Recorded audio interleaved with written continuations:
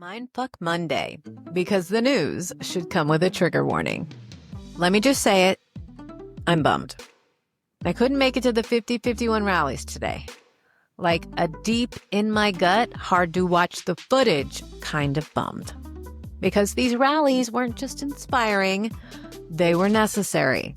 And as I sat at home, watching the crowds pour into the streets all over the world, all I could think was, I should have been there. I'm Christi Chanelle, and this is Sassy Politics.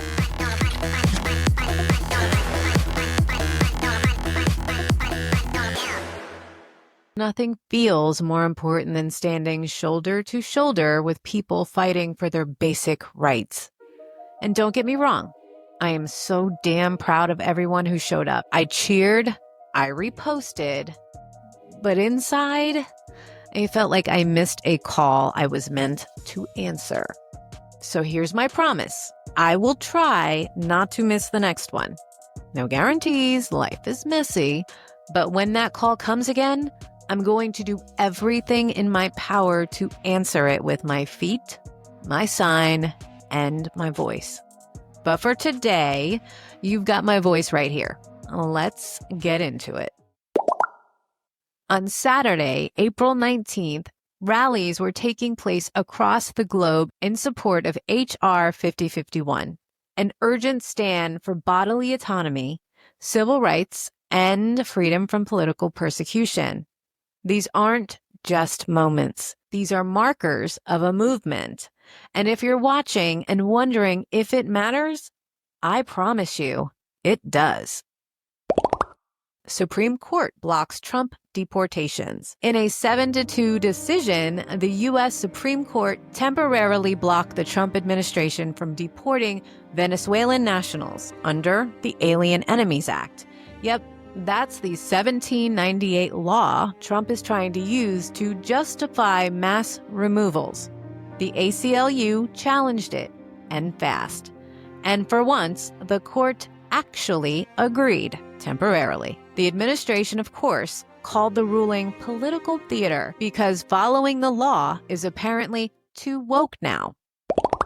Also this week, the Supreme Court agreed to hear Muhammad versus Taylor, a case where conservative parents want to be notified if their public school children are exposed to anything LGBTQ related, books, lessons, and curriculum. This is about turning personal discomfort into law. And if the court sides with them, we're one ruling away from nationalizing Don't Say Gay. So let's be real. This isn't about curriculum transparency. It's about erasure. Plain and simple. Jesse Hoffman Jr. is set to be executed in Louisiana using nitrogen hypoxia, a method that's been widely condemned for causing cruel and unusual suffering. A federal judge originally blocked it, citing Eighth Amendment concerns, but a federal appeals court overruled it. Why? Because precedent means nothing when you've got political muscle behind the punishment. And we're just casually using experimental death methods in 2025 like it's fine. The White House press secretary went full mean girl energy this week. What's new? Dodging questions with sarcasm and dismissing journalists like she was running a PR firm, not briefing the nation. Caitlin Collins of CNN asked a direct question about executive overreach and was met with eye rolls and a snide next question before completely being ignored.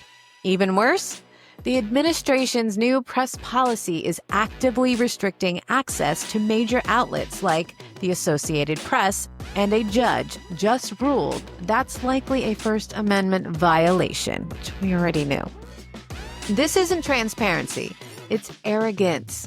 And if this administration thinks the press is the enemy, they're forgetting who pays attention when the lights are on.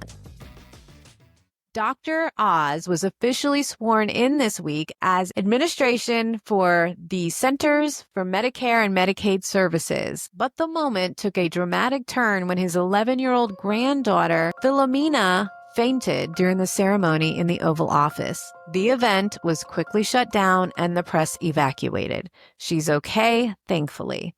But the image of a Trump-aligned celebrity doctor being interrupted by a medical emergency in real time, you can't script that. It's giving chaos. It's giving irony. It's giving we are not okay.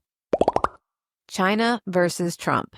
U.S.-China tensions are heating up again after President Trump announced a new wave of tariffs, citing national security and pushing another isolationist agenda. Meanwhile, China responded by conducting military drills near Taiwan because nothing says stable international relations like mutual threats. These moves are rattling global markets, and experts are warning this isn't just about economics. It's about power, about distraction, and possibly about dragging us into a new Cold War because somebody's polling numbers dipped.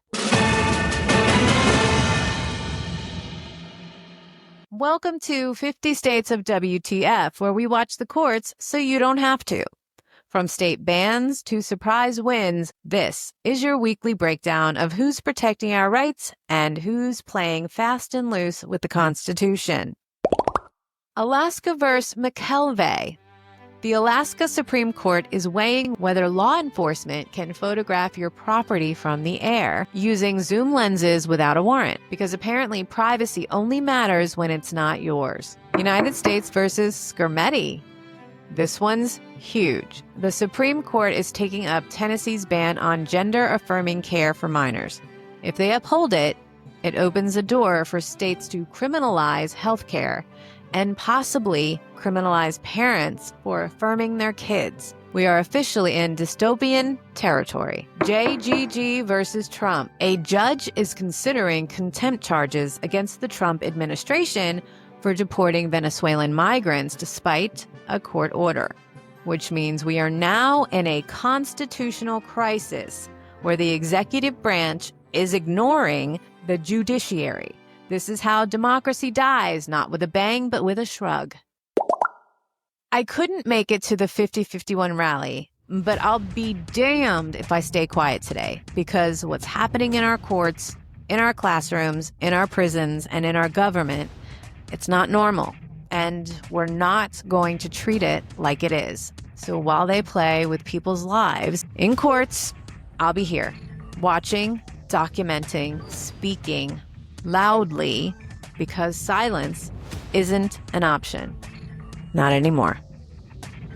Love you, miss you, bye.